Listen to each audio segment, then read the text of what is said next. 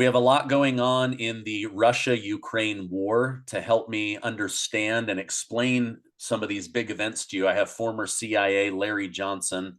Larry, thank you so much for coming on. Always a pleasure, Stephen. So the Russia-Ukraine war continues to move forward. Just this morning, President Biden and the White House announced that they would like House Speaker Mike Johnson and other top Republicans to sit down with them to discuss passing this $60 billion of U.S. aid to Ukraine. Do you think Speaker Johnson will be persuaded, and what kind of pressure will the president and the White House be putting on Republican leaders? No, I don't think he will be persuaded. I think the debacle at our own southern border is something that they've recognized as a real political issue. Most Americans don't care about Ukraine. And despite all the attempts to portray Ukraine as some, burgeoning democracy and bastion of freedom in the midst of an authoritarian, threat, it's just the opposite. They've cracked down on political opponents, jailed political opponents, killed political opponents, gone after the church, shut down opposition media, and the election that's supposed to be held in March has been put on hold. Because Zelensky says, "Hey, no, I'm in charge. It's martial law. There's a war on, so we can't have an election." Meanwhile, his popularity it's actually lower than what Joe Biden's popularity is in the United States, which is pretty low. So I don't think Johnson will succumb to that.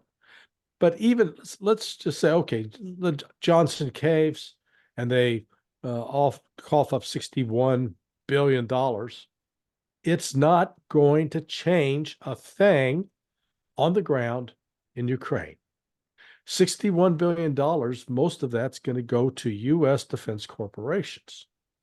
It's for that reason that I think Johnson may actually ultimately approve it, because it's money that will ultimately wind up in the campaign coffers of both Republicans and Democrats. And the U.S. and these military industrial corporations that are tasked with producing artillery shells, maybe making new barrels for the 155 millimeter howitzer, we're not building new tanks. Maybe try to build some more Patriot missile batteries, but again, those are lagging behind and are very expensive.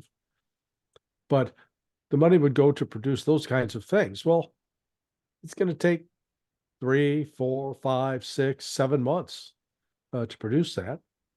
And once it's produced and sent to Ukraine, who is going to use it? That's the thing that's beating Ukraine right now. They don't have a trained cadre of officers and non-commissioned officer personnel that can command the troops. They've been decimated. And each passing day, it's getting worse.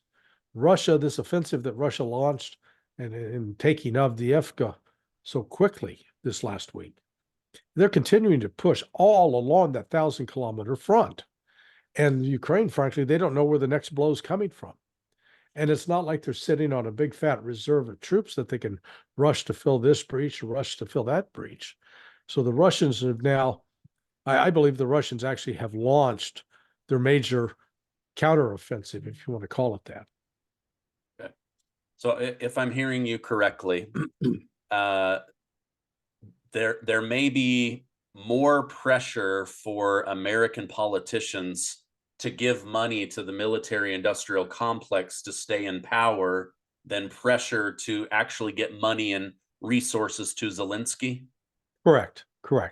Yeah, even if you get the money to Zelensky, all it's going to do is pad his bank accounts and that of his cronies.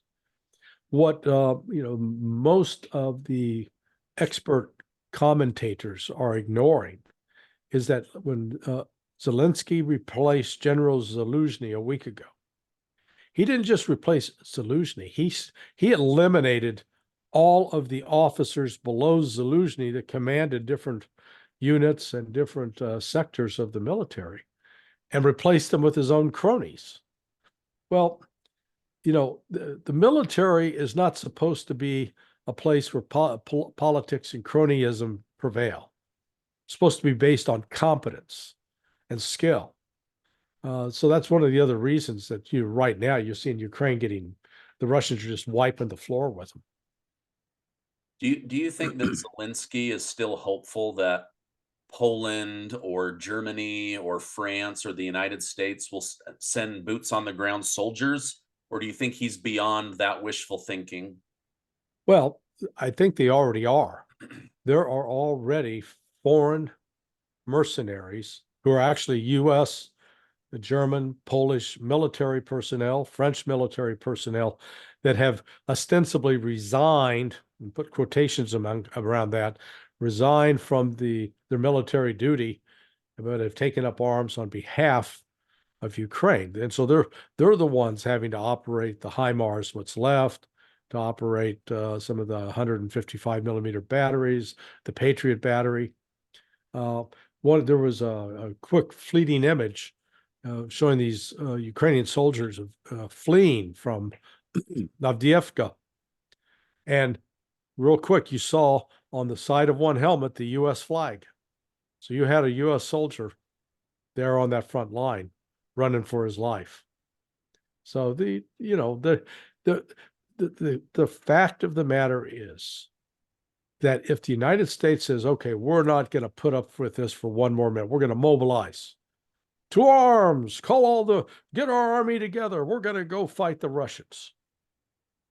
I think the technical term is we'd get our ass kicked.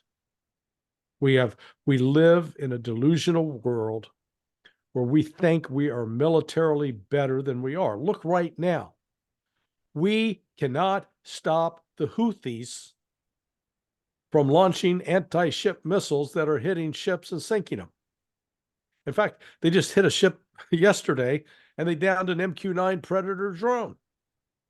So enough with this invincibility of America's military power. We have the most expensive military in the world, but certainly don't have the most capable or competent.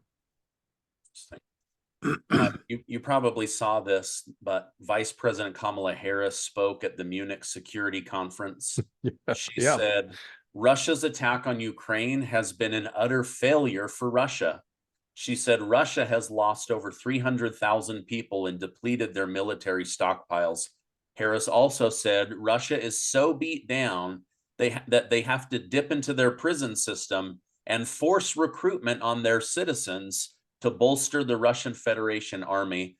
What if this is true, and how much of this is fantasy in order to drum up more money from Americans? Well, it's all fantasy, but let's figure out what is the right story. The week before, we were told, oh my God, Russia's so strong, so powerful. If they defeat Ukraine, they're going to sweep across Europe and crush Europe. Oh, okay. God almighty. Russia must be really good. But now it's, oh, no. Russia's getting its rear end handed to it. I mean, they're getting devastated by the Ukrainian attacks. They're made up of nothing but conscripts, poorly trained troops that are just a bunch of criminals, rapists, burglars. And oh yeah, they're having to use computer chips out of washing machines and refrigerators just to launch missiles. Russia's teetering on the edge. Okay, stop. Which is it? It can't be both. Yeah. Either they are this juggernaut that's getting ready to sweep across Europe and crush Europe, or they are this group of lethal, malevolent Keystone cops. Well, both are lies. Both are absolute lies. And it's a sign of the West's desperation in trying to come up with a propaganda angle that they can use to bamboozle the public and to blindly supporting going to war with Russia. So the reality is this. Through all of 2023, the Russians were signing up new recruits. They were not going out to the streets, dragooning people. These were people who walked into recruitment offices, either signed a contract or made a decision to join. They did it to the tune of 42,000 a month. Do the math. That's almost 500,000 last year alone. They're continuing to recruit at that level. So let's just say she's right that, oh, since the start of this war, they've lost 315,000. Well, so they've added 500, they've added 500,000. And then in September of 22, they added another 300,000. So that's 800,000 right there. So again, do the math. They got 515,000. Ukraine, it doesn't have that. Ukraine's average soldier, the average age is 43. And I can show you video after video after video of guys running people down in the street, tackling them, grabbing them, treating them like they're fleeing felons, and then tossing them into the back of vehicles to send them to a military recruitment center where they, are given a uniform, given a gun, and then thrown to the front with no training. So, Kamala Harris is a fool.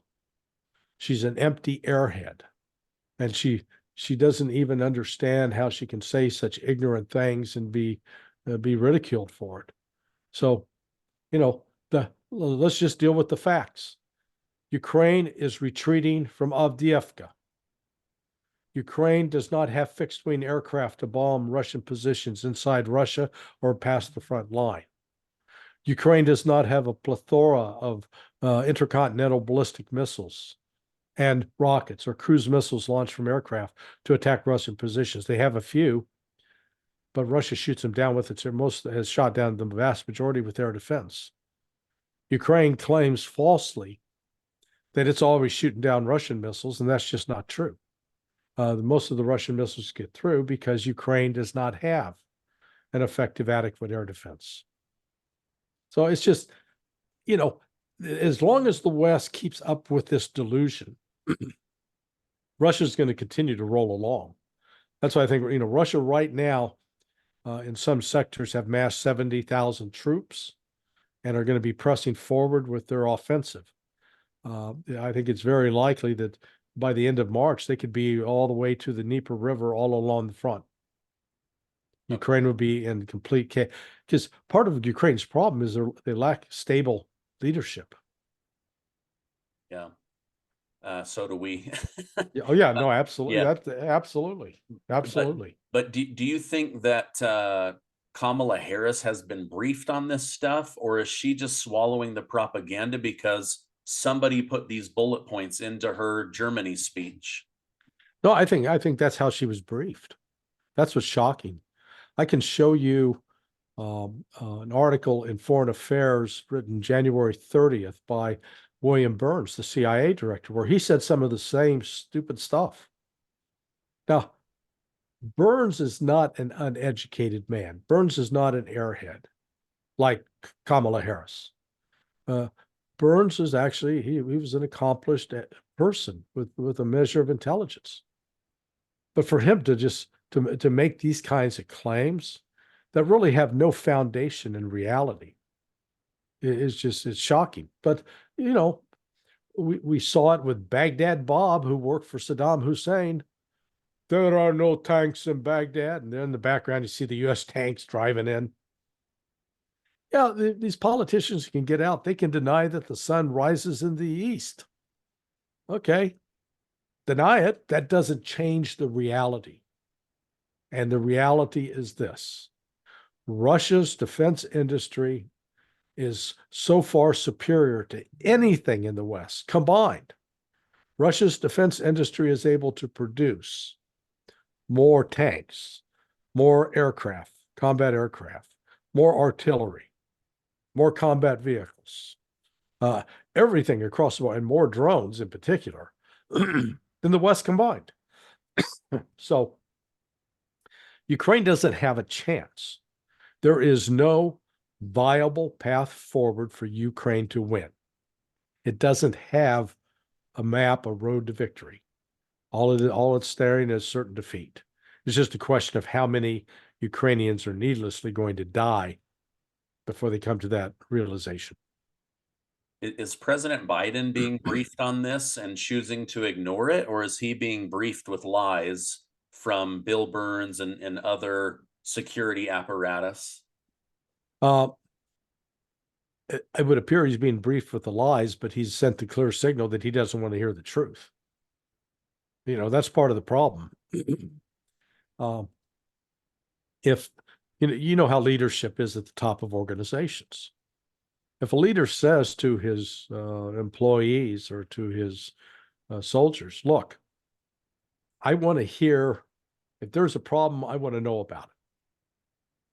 And then if they say that, and someone comes forward with saying, sir, here's this problem, here's what's going on, and then the leader punishes the person that comes forward informing about the problem, well, that sends a message, and everybody else is, okay, man, I'm shutting up, zipping my lips, we're not going to say a thing.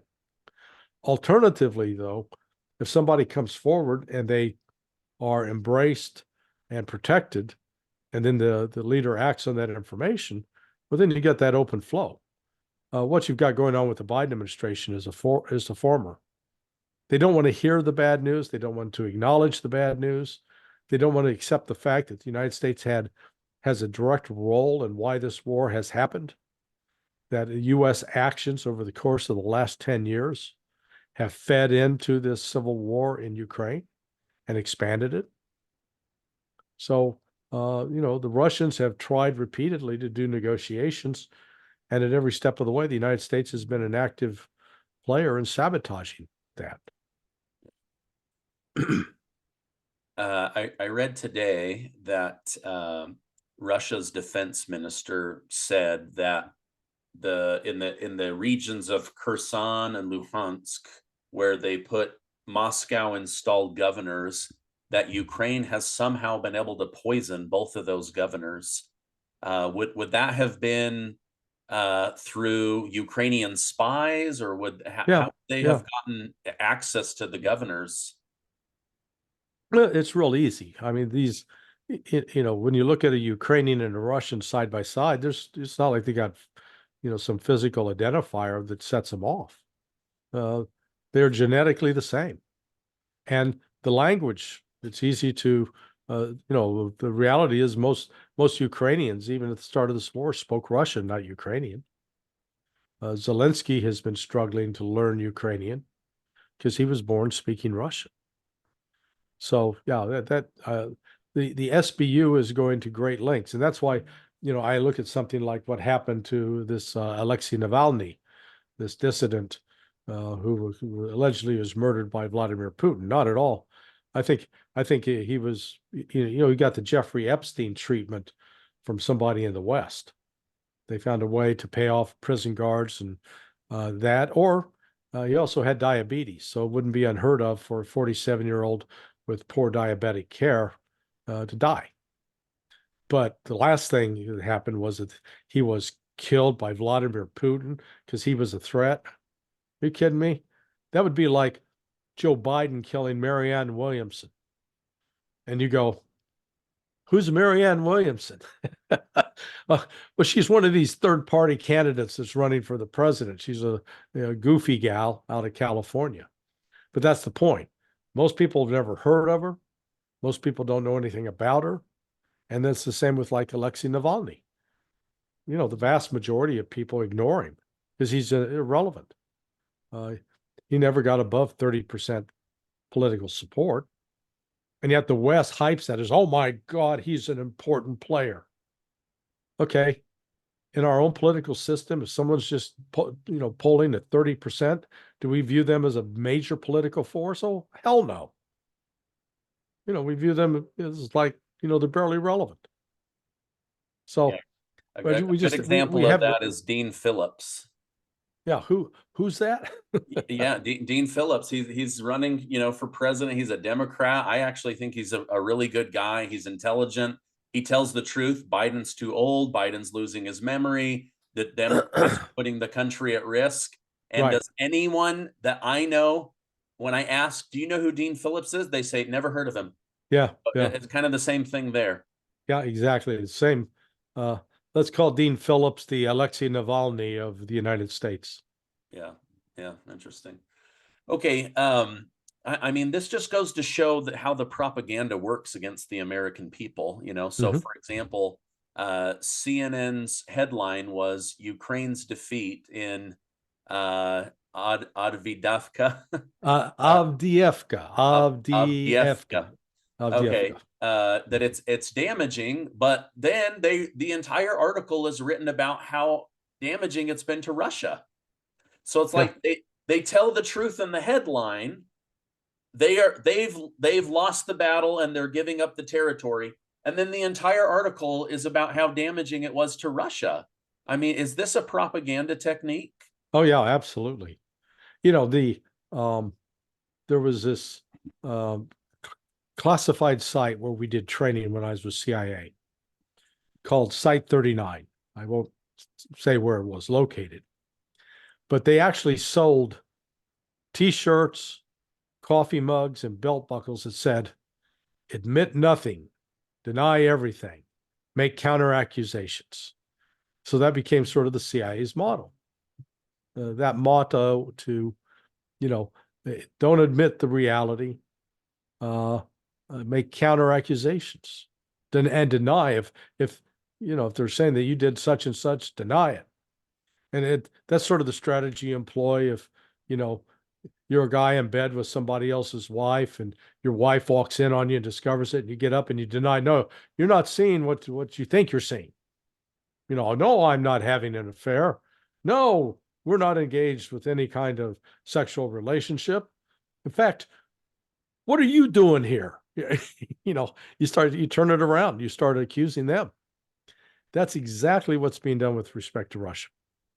Yeah, now, are we talking about the Fonnie Willis case in Georgia? Yeah. There's Sorry. no, that's another excellent example. You see the strategy. You see them do it all the time. It is done at every level from like Fannie Willis all the way up to our policy towards Ukraine. Yeah. I loved when they were like, Mr. Wade, uh, did you use money from Fonnie Willis to rent a cabin so that you could go on vacation with her? I've rented a lot of cabins in my life. Like, come on, dude. Like, what a Yeah. what a great way to push that off.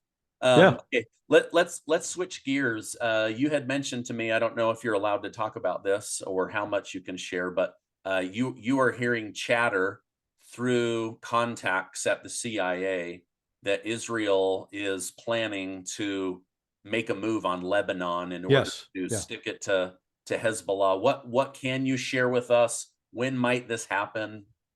So let's create the proper context. Hezbollah has been a presence in Lebanon for 40 years, going back to the 1980s. It was an organization that really came into being in the early 1980s and was one that targeted U.S. interests. Remember the attack on the Marine barracks in 1983? I guess that was like April. And then in October, there was an attack on the U.S. Embassy in Beirut, blew it up, killed some Americans and foreign nationals. So Hezbollah was involved early on in those attacks against the Americans and had a very close alliance with Iran. Over the years, Hezbollah has become independent of Iran. It has a relationship, an alliance of sorts, but it's its own actor now. And within that, Hezbollah it's a charitable organization, it's a political organization, it's a military organization, it's an educational organization. It sets up schools, it provides food, it provides social services, and its military capability has grown enormously. And Israel discovered this the hard way in 2006 when it launched an invasion into southern Lebanon and basically lost. They were stopped by Hezbollah. They lost a significant number of tanks, about 1,200 personnel, and so Israel withdrew. Now, over the ensuing years, over this last 17, 18 years, Israel's been routinely launching aerial strikes with fixed-wing aircraft into Lebanon, and the Hezbollah has been launching some rocket attacks into Israel. But now this is really escalated over the past 2 months, and the word is first you had the announcement in January by the head of the Israeli occupation force, General Halevi. Halevi said, yeah, we're going to be going into Lebanon. We're going to go into Lebanon and push them back. Because what happened right after October 7th, Hezbollah started bombarding the Israeli settlements along that northern border. They forced out over, I think, around 1 million people. So 1 million people had to flee south to get out of the rocket range. So Israel's looking to invade Lebanon and push the Hezbollah back north across, I forget the name of the river, but they're using that river as sort of a line. Well, what they're forgetting is that Hezbollah now has missile capability that it can reach all the way down to the southern tip of Israel, in Eilat. And in fact, Nasrallah, the political leader of Hezbollah, made that claim in a speech on Friday, and I don't think he was saying it idly. Iran just yesterday, I think yesterday, day before, posted a mural like a giant advertisement, and it's all these missiles, these intercontinental ballistic missiles that it has. And basically, the message was they're going to hit Israel and force all those settlers out of occupied Palestinian territory. Now, on the Israeli side, Mariv is a polling outfit. I guess it's sort of like their version of Gallup. They announced the results Sunday or Saturday that 71% of the Israelis want an invasion of southern Lebanon. And then last night, one of my friends from the intelligence community, he's retired, but he's still in touch with people who know. And he said, without a doubt, he's got it confirmed that Israel is going to invade southern Lebanon. And if they do that, I think it will put the entire Israeli military force at risk, and it will certainly create, really for the first time, mass casualty events among Israeli civilians, because Hezbollah will strike major Israeli cities with potent missiles. So this this Middle East situation is not de-escalating. It's on the verge of really escalating. Well, just look what I mentioned it earlier. The Houthis, who are these supposedly third world backward people, they shot down an MQ-9 Predator drone. That's a sophisticated drone. And then they followed that up, or in tandem with that act, they hit another British ship. I don't know if it's a commercial or military vessel, doesn't matter. It's sinking. So all of these bombings, every other day we're hearing about, the United States and Britain, they bombed this, they bombed that.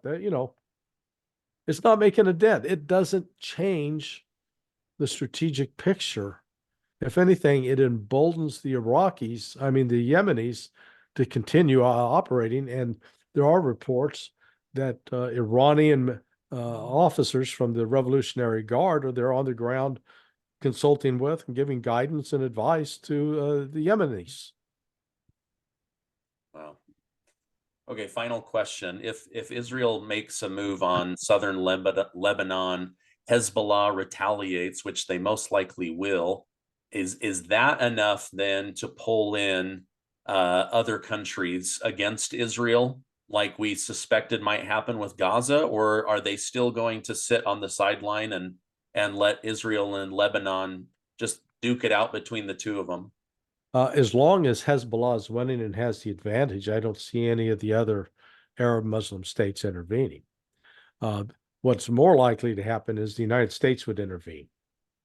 And if the United States intervenes, just as happened back in 1983, when Ronald Reagan thought it was a good idea for U.S. battleships to start bombarding Hezbollah positions in the Bekaa Valley in Lebanon, Hezbollah struck back, killed a bunch of Marines at the Marine barracks there in Beirut, and then a few months later blew up the U.S. Embassy.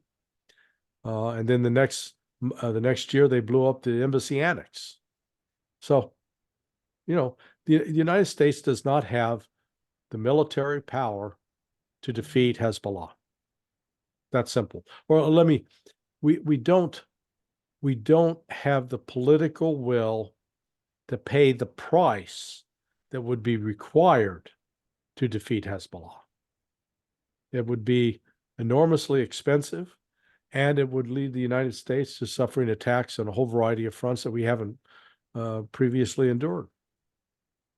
My understanding from speaking with Colonel McGregor and listening to Scott Ritter is the strongest part of the U.S.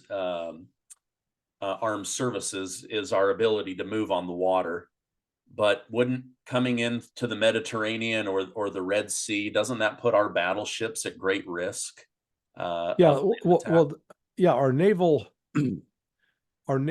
capability has up until now been our major means for projecting force around the world.